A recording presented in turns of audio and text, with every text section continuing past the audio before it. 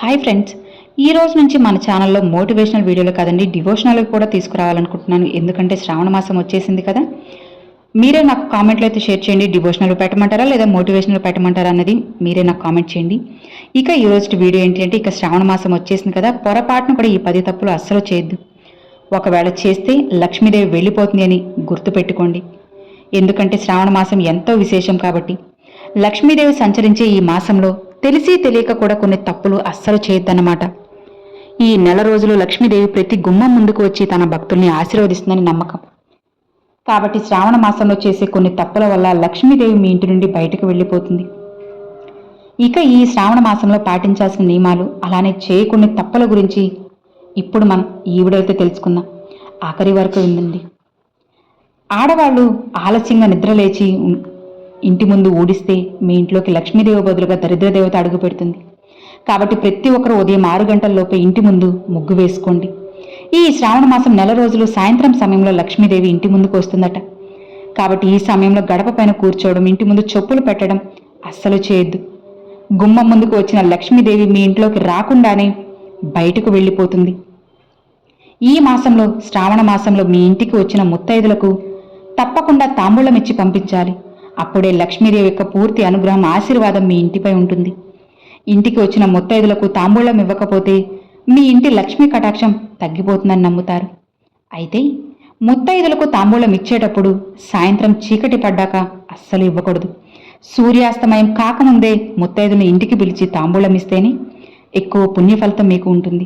వీలైనంత వరకు కూడా ఈ శ్రావణ మాసంలో ఉల్లిపాయ, వెల్లుల్లి, మాంసాహారం అస్సలు తినద్దు. అలానే లక్ష్మీదేవిని పూజించే ఆడవారు ఈ శ్రావణ మాసంలో జుట్టు అస్సలు కత్తిరించకూడదు. అలానే ఇంటిని ఎప్పుడూ కూడా పరిశుభ్రంగా ఉంచుకోవాలి. శ్రావణ మాసంలో ఇల్లు మురికి మురికిగా ఉంటే ఆర్థిక సమస్యలు ఎక్కువ అవుతాయి.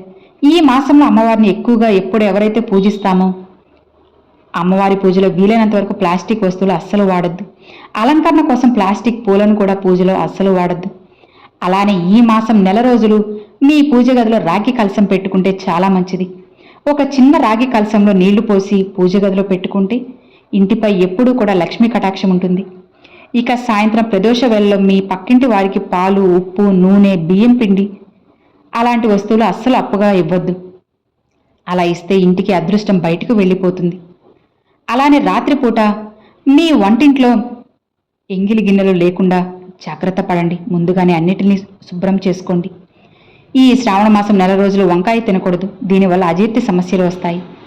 మన శాస్త్రాల్లో చీపును లక్ష్మీ స్వరూపంగా భావిస్తారు.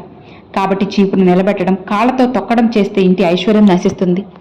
చీపుని నిటారుగా కాకుండా అడ్డంగా పడుకోబెట్టి ఎవరికంటా పడకుండా చీపుని దాచాలి. మనలో చాలా మంది ఇంటి గుమ్మం ముందే డస్ట్బిన్లు పెట్టుకుంటారు, అవునా? ఇంటి గుమ్మం ముందు బయట చెత్తబుట్టలో ఉండే లక్ష్మీదేవి లోపలికి రాకుండా వెనక్కి వెళ్తుంది. ఇంటి గుమ్మం ముందు చెత్తబుట్ట పెట్టద్దు. ఈ శ్రావణ మాసంలో ఒంటికి నూనె రాసుకుని స్నానం చేయకూడదు. అలానే ఈ నెలలో వ్రతాలు చేసే స్త్రీలు మంచం పైన నిద్రించకూడదు, నేలపైన మాత్రమే నిద్రించాలి.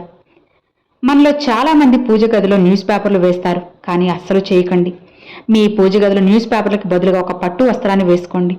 విశేషంగా ఈ శ్రావణ మాసంలో వచ్చే ప్రతి సోమవారం కూడా శివలింగానికి అభిషేకం చేస్తే ఆయురారోగ్యాలు కలుగుతాయి. అలానే శ్రావణ మంగళవారం నాడు గౌరీదేవిని పూజిస్తారు. ఆడవారికి దీర్ఘ సుమంగళి కలుగుతుంది. అలానే ప్రతి శ్రావణ శుక్రవారం లక్ష్మీదేవిని పూజిస్తే విపరీతమైన ధనలాభం. ఇక శ్రావణ శనివారాల్లో వెంకటేశ్వర స్వామిని తులసి ఆకులతో పూజిస్తే మీరు కోరిన కోరికలన్నీ కూడా క్షణాల్లో వెంటనే నెరవేరుతాయి. ఈ మాసం నెల రోజులు స్త్రీలు పాపెట్లో కుంకుమ బొట్టు పెట్టాలి. అలానే కాళ్ళకి పసుపు. స్త్రీలు నుండి ముత్తైదులా తయారయ్యి లక్ష్మీదేవిని పూజించాలి. అంతేకాని నైటీలు ధరించి ఇంట్లో పూజ చేయకూడదు. ఈ మాసంలో లక్ష్మీదేవిని పూజించేటప్పుడు పూజలో తమలపాకులు ఉపయోగిస్తాం. అయితే పూజలో సమర్పించే తమలపాకులు లేదా తాంబూలంలో పెట్టే తమలపాకులు తొడిమలు లేకుండా రంధ్రాలు ఉంటే ఈ పూజకు ఫలితం ఉండదు. కాబట్టి మంచి తమలపాకులను మాత్రమే పూజలో ఉపయోగించండి. ఈ శ్రావణ మాసంలో సాయంత్రం పూట తులసి కోటను పూజిస్తే మంచిది. సాయంత్రం తులసిని పూజించేవారు తులసికి నీళ్లు పోయకూడదు.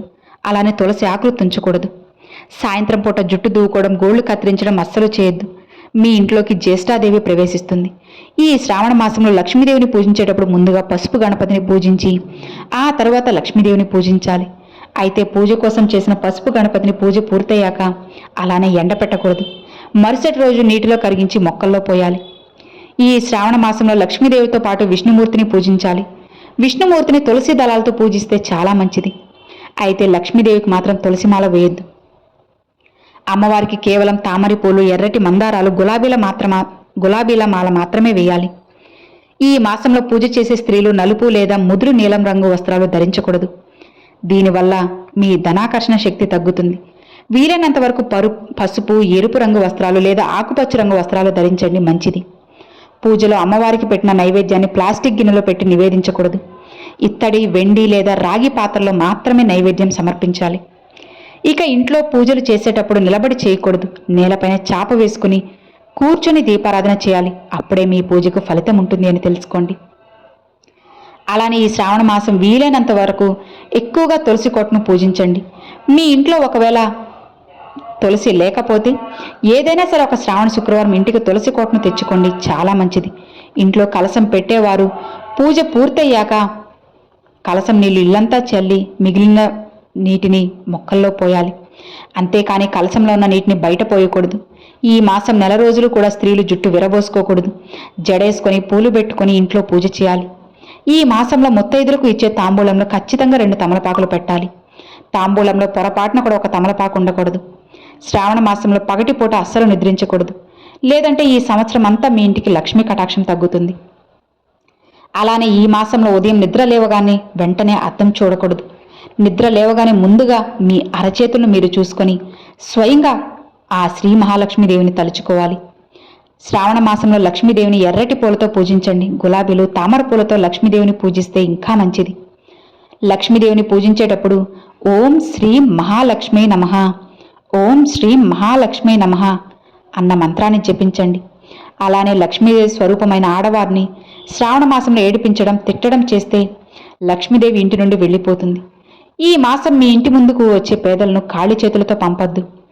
దీనివల్ల ఇంటి ఐశ్వర్యం నశిస్తుంది. అలానే ఈ మాసంలో రాత్రిపూట బట్టలు ఉతికి ఇంటి ముందు ఆరబెట్టకూడదు. దీనివల్ల ఇంట్లోకి నెగిటివ్ ఎనర్జీ ప్రవేశిస్తుంది. మీ కుటుంబంలో అనారోగ్య సమస్యలు వస్తాయి. ఈ శ్రావణ మాసంలో గోవును పూజిస్తే చాలా మంచిది. బెల్లం, తోటకూర, అరటిపండు తినిపిస్తే 3 దేవతల అనుగ్రహం పుష్కలంగా మీకు పూర్తిగా లభిస్తుంది. ఈ మాసంలో పూజలు ఎక్కువగా చేసుకుంటూ ఉంటాం కదా. అయితే పూజ గదిలో ఎండిపోయిన పుష్పాలు లేకుండా ఎప్పటికప్పుడు శుభ్రం చేసుకోవాలి. ఉదయాన్నే పాత పూలను తీసేసి కొత్త పూలు పెట్టండి. మనలో చాలామంది లక్ష్మీదేవికి నైవేద్యంగా పచ్చిపాలు నివేదిస్తారు. అయితే రాగి పాత్రలో ఆవు పాలు పోసి దేవునికి నైవేద్యం పెట్టకూడదు. రాగి పాత్రలో అమ్మవారికి నైవేద్యం పెట్టాలి, కానీ ప్లాస్టిక్ గిన్నెలో అస్సలు పెట్టద్దు. సో విన్నారు కదా, ఈ శ్రావణ మాసంలో లక్ష్మీదేవిని ఎలా పూజించాలన్నది మనం తెలుసుకున్నాం కదా. ఈ వీడియో మీకు ఎలా అనిపించింది నాకు తప్పకుండా కామెంట్లు అయితే షేర్ చేసుకోండి. ఈ వీడియో నచ్చితే లైక్ చేయండి, మీ ఫ్రెండ్స్ ఫ్యామిలీస్కి షేర్ చేయండి. ఫస్ట్గా నా ఛానల్ చూసారు, సబ్స్క్రైబ్ చేసి సపోర్ట్ చేయండి ఫ్రెండ్స్. Thanks for watching.